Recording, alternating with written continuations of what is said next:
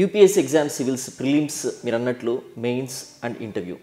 So ఈ parts layers of preparation అటువంటిది ఎలా ఉండాలి సార్? ఇప్పుడు బేసిక్గా కోర్ సబ్జెక్ట్ ప్రిలిమ్స్కి మెయిన్స్కి కామన్. సో దీంట్లో ప్రైమరీ కోర్ సబ్జెక్ట్ ఏమో polity, economy, history, geography. Secondary core subject ఏమో సైన్స్ అండ్ టెక్నాలజీ, తర్వాత ఎన్విరాన్మెంట్, ఎకాలజీ, అండ్ తర్వాత ఎథిక్స్, గవర్నెన్స్. ఇటువంటివి ఉన్నాయి. సో ఈ ఎథిక్స్, గవర్నెన్స్ మనకి ప్రిలిమ్స్లో ఉండదు. అది ఓన్లీ మెయిన్స్కి మాత్రమే పరిమితం. మిగతా అన్ని ప్రిలిమ్స్, మెయిన్స్ రెండిట్లోనూ ఉంటాయి. అలాగే ఇంటర్నల్ సెక్యూరిటీ లాంటి సబ్జెక్టులు కూడా ఓన్లీ మెయిన్స్కి మాత్రమే పరిమితం. అయితే ప్రిలిమ్స్ ప్రిపరేషన్కి, మెయిన్స్ ప్రిపరేషన్కి పెద్ద వేరియేషన్ అంటే ఏం లేదు, సబ్జెక్ట్ ఒకటే. అండ్ అయితే క్వశ్చన్ ప్యాటర్న్ మాత్రం వేరే ఉంటుంది కనుక అప్రోచ్లో కూడా కొంచెం స్ట్రాటజీ మార్చుకోవాల్సి ఉంటుంది. ఈ అప్రోచ్ అంటే మనం చదివేటప్పుడు ఫస్ట్ చదవాల్సింది NCERT books.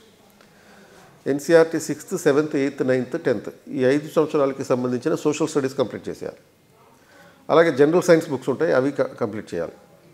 And mathematics books ఉంటాయి, ఆ మ్యాథమెటిక్స్ బుక్స్ కూడా చదవాలి, ప్రాక్టీస్ చేయాలి. ఎందుకంటే సీసాట్ అనే పేపర్ ఉంది ప్రిలిమ్స్లో, కాబట్టి దానికోసం మ్యాథమెటిక్స్ చదవాలి.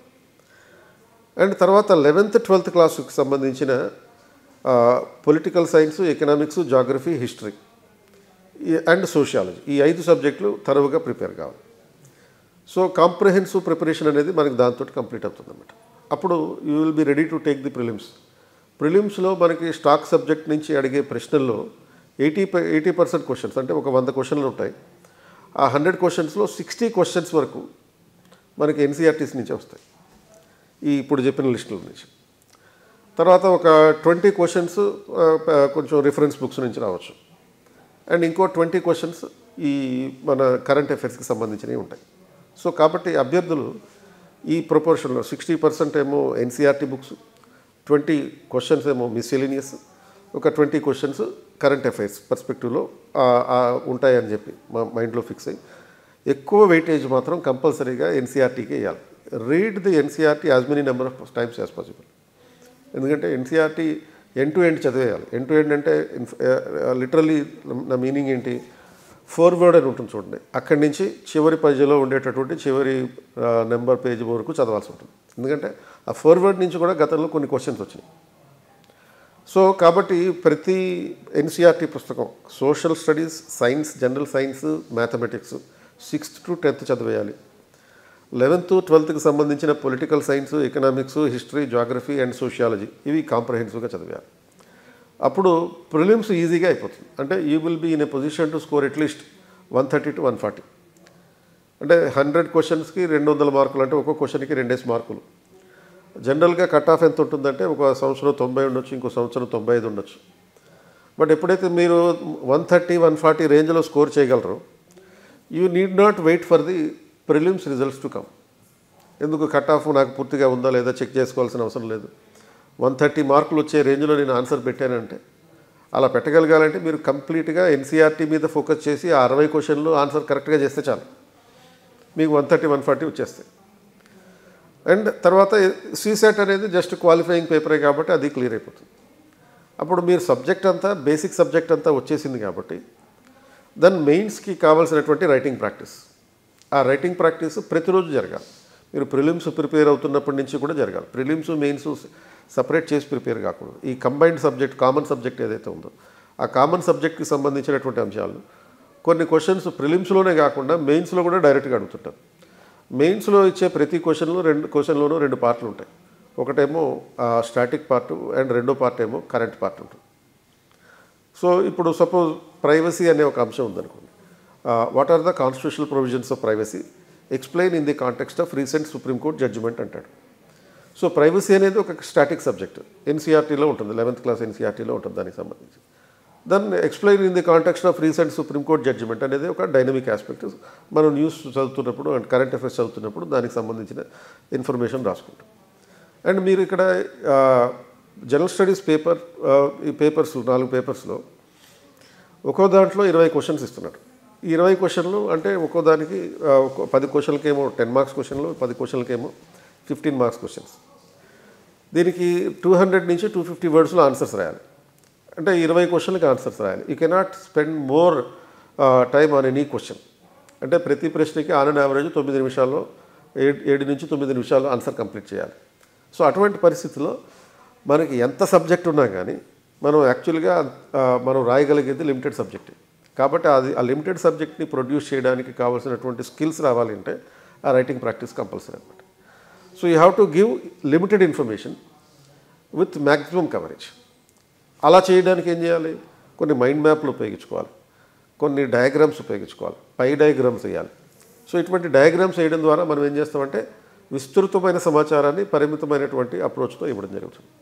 సో అట్లా ఈ తక్కువ సమయంలో 3 గంటల్లో ఒక్కొక్క క్వశ్చన్కి 7 నుంచి 9 నిమిషాల్లో ఆన్సర్స్ రాస్తూ 20 క్వశ్చన్లకి ఆన్సర్స్ రాయగలిగితే మెయిన్ సక్సెస్ అవ్వచ్చు. అదొక పర్స్పెక్టివ్. ఇక పర్సనాలిటీ టెస్ట్ ఫైనల్గా దానికి స్టార్టింగ్లో ఓన్లీ పర్సనాలిటీ టెస్ట్ అనేవారు. గత 2-3 సంవత్సరాలుగా యూపీఎస్సీ ఇచ్చేటటువంటి అప్లికేషన్ ఫామ్లో పర్సనాలిటీ టెస్ట్ అబ్లిక్ ఇంటర్వ్యూ అని కూడా ఇస్తుంది. It is both interview and personality test. So interview అంటే viewing the inner side of the candidate, అంటే అంతర్లీనంగా అభ్యర్థికి ఉన్నటువంటి అప్రోచ్ ఎలా ఉంది, విషయాల మీద అప్రోచ్ ఎలా ఉంది అనేటటువంటి పర్స్పెక్టివ్లో చూస్తారన్నమాట. సో దీనికోసం ఇంటర్వ్యూ కోసం ప్రిపేర్ కావడానికి అభ్యర్థికి డీటెయిల్డ్ అప్లికేషన్ ఫామ్ అని చెప్పి ఒక డాఫ్ అని అంటాం, డిఏఎఫ్, అది ఇస్తారు. దాంట్లో మన సమాచారం అంతా రాయాలి.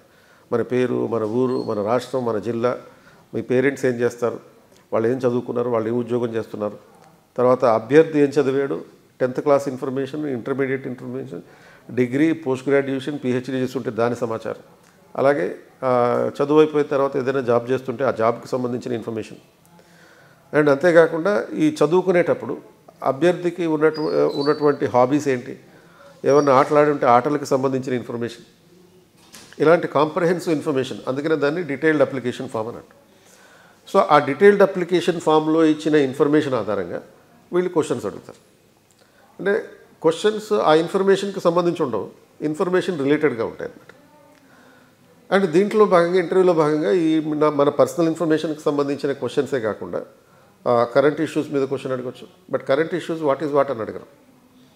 ఆ కరెంట్ ఇష్యూని బేస్ చేసుకుని ఒక సిచ్యువేషన్ క్రియేట్ చేసి క్వశ్చన్ అడుగుతారు. సపోజ్ కేరళలో ఫ్లడ్స్ వచ్చినాయి. కేరళలో ఫ్లడ్స్ వచ్చిన నేపథ్యంలో ఒక అభ్యర్థి ఇంటర్వ్యూకి వెళ్ళాడు అనుకోండి. ఇంటర్వ్యూకి వెళ్ళినప్పుడు క్వశ్చన్ అడుగుతారు, నువ్వు ఫ్లడ్స్ వచ్చినాయి కదా మీ రాష్ట్రంలో, సపోజ్ నువ్వు ఒక బోట్లో వెళ్తున్నావు, ఆ బోట్లో నీతో పాటు నీ మదరు, తర్వాత నీ వైఫ్ కూడా ఉన్నారు. ఆల్ ఆఫ్ ఎ సడన్ బోటుకి చిన్న హోల్ పడింది, బోటు మునిగిపోయే పరిస్థితి ఉంది. అటువంటి పరిస్థితుల్లో బోట్లో నువ్వు కంపల్సరీగా ఉండాలి. నీ మదర్ని కానీ లేకపోతే నీ వైఫ్ని కానీ ఇద్దరిలో ఒకరిని దించేయాలి. You have to abandon one of them అని చెప్పి క్వశ్చన్ అడుగుతారు. వీళ్ళిద్దరిలో ఎవరిని దించేస్తావు అని క్వశ్చన్ అడుగుతారు. ఇది ఏంటంటే ఒక ట్రాలీ ప్రాబ్లం లాంటిది అనమాట. నువ్వు మదర్ని దించడం అనేది చాలా ఎమోషనల్తో కూడుకున్నటువంటి ఇష్యూ, వైఫ్ని దించడం అనేది ఇంకో రకమైనటువంటి ఎమోషన్. మరి అటువంటి సిచ్యువేషన్లో నువ్వైతే ఏం చేస్తావు అంటే ఒక కరెంట్ ఈవెంట్ని బ్యాక్గ్రౌండ్లో పెట్టుకుని ఒక అడ్మినిస్ట్రేటివ్ సిచ్యువేషన్ని అభ్యర్థికి ఇచ్చి ఆ సిచ్యువేషన్లో అయితే నువ్వు ఎలా పనిచేస్తావు అని చెప్పి క్వశ్చన్ అడగడం. సో అట్లా ఈ ఇంటర్వ్యూలో personality test and interview. So interview ద్వారా ఇన్నర్ వ్యూ ఏంటో చూస్తారు, పర్సనాలిటీ టెస్ట్ ద్వారా నీ aptitude whether it is suitable for the civil service exam or not అనేది కూడా చూస్తుంటాం. సో అట్లా ఈ 3 స్థాయిల ప్రిపరేషన్లో ప్రిలిమ్స్లో అడిగేది ఫండమెంటల్ ఇన్ఫర్మేషన్, బేసిక్ ఇన్ఫర్మేషన్, మెయిన్స్లో అడిగేది అనాలిసిస్, ఇంటర్వ్యూలో అడిగేది నీ personality suitability to the civil service. ఇది 3 రకాలుగా ఉంటుంది sir. Well defined sir and well said sir.